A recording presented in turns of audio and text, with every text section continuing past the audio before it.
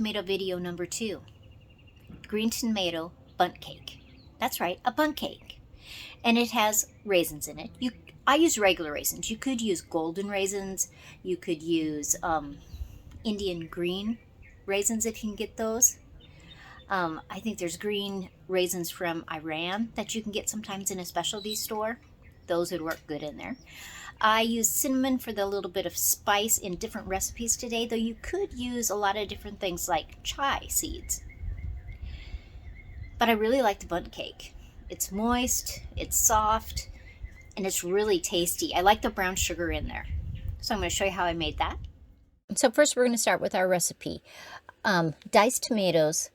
I always like the cup being very heaping. We're going to use our raisins, butter, salt, sugar, brown sugar, eggs, vanilla, flour, cinnamon, baking powder, and baking soda. And this recipe will be in the description below also. So here is our heaping cup of diced tomatoes. And I didn't even wash out the mixing bowl because it's green tomato recipes. It doesn't matter. I don't have to. So I have the 5 tablespoons of butter, the half a cup of white sugar, and the half a cup of brown sugar. And I am going to mix those up together. And I'm just going to incorporate them too. I'm not going to actually mix them as much so that they're creamed. Now in this bowl I have my 2 eggs, the vanilla, and the salt. And I'm going to dump those all in at the same time. And once again, I'm going to mix them together. We're going to add all of those beautiful green tomatoes, the raisins, and mix again. Now, I am using cinnamon. You could use a lot of things. You could have a combination of cinnamon and nutmeg, chai. That's the baking soda and the baking powder that we're going to add in there. I'm going to stir that real quick before I mix it with the beaters, just in case there's anything stuck on the bottom. It's good to use your spatula when you're using a mixer.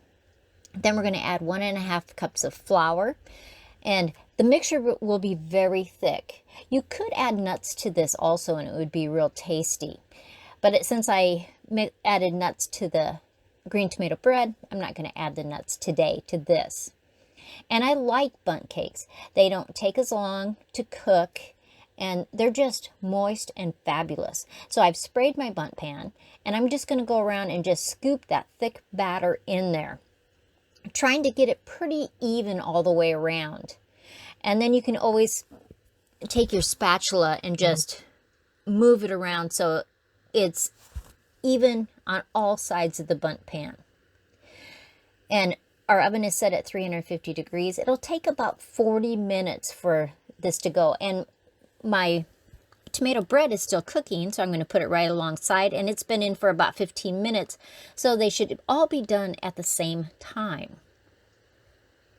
Now here it is out of the oven. You're going to leave it in that bundt pan for about 10 minutes.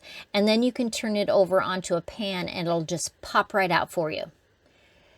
And it's beautiful. You could dust this with powdered sugar. There's the green tomato breads. I made a slice for Joe and I'm going to let him try that. But see how wonderful and moist that looks like inside?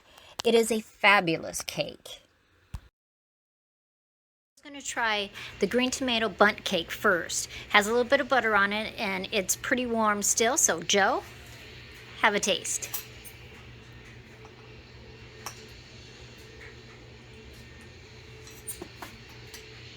That's tasty. It's got raisins and green tomatoes, brown sugar, regular stuff for a bundt cake. That's a good cake. I hope you try this kind of bundt cake. It's interesting, it's fun, and I'm still in front of my tomatoes. Next, tomato video number 3 on our countdown back to Wyoming, day 14.